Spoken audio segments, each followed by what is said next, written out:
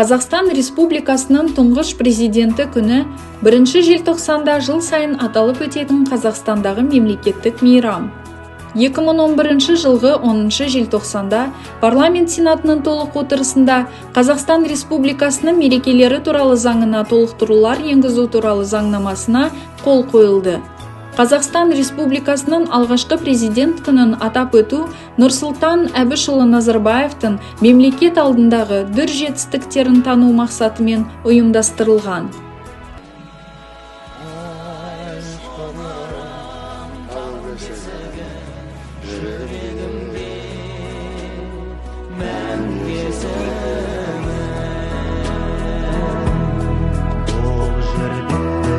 Tarixlardan sabırı var, kulparının döbürü var.